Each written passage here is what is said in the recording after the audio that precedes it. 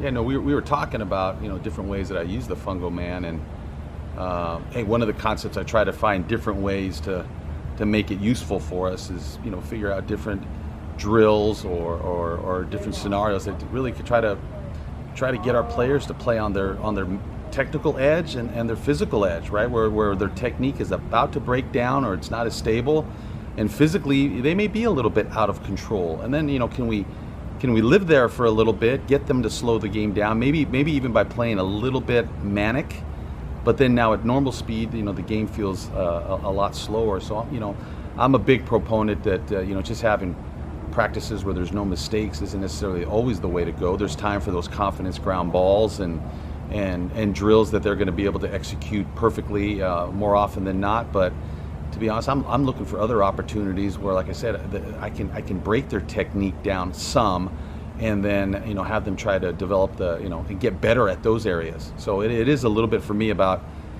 finding that physical and that technical edge of their game.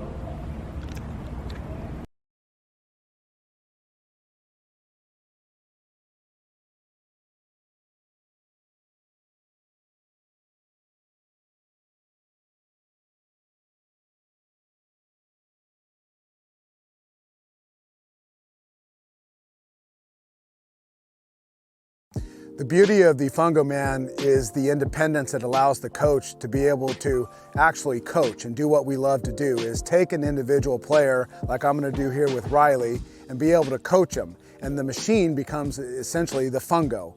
And this allows us more independence and variability to be able to teach the fine points of the game to our star players.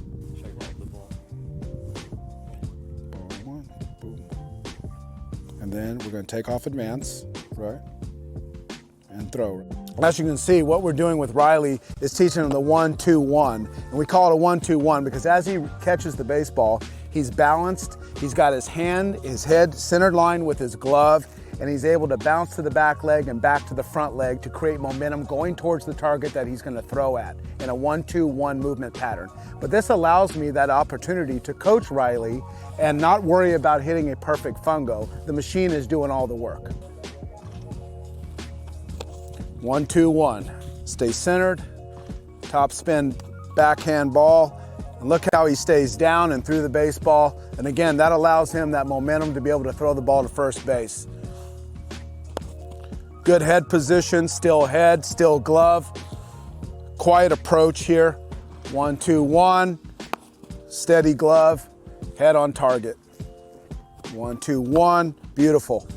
So again, what we were working on right here was Riley being able to work on a top spin backhand, proper glove technique, glove awareness, being able to work the 1-2-1 approach, staying centered, and then again, as we've talked about, creating momentum towards first base, alleviating the burden of the arm completely, and all of his momentum's going towards the base that he's going to throw at. So again, the beauty of this is the independence. It allows me to talk to Riley one-on-one. The machine's doing all the work. It's programmed. It's easy to use. Once you load those routines, it's in. I can stop and start. It gives me the opportunity to do what we love, which is actually teach the kids.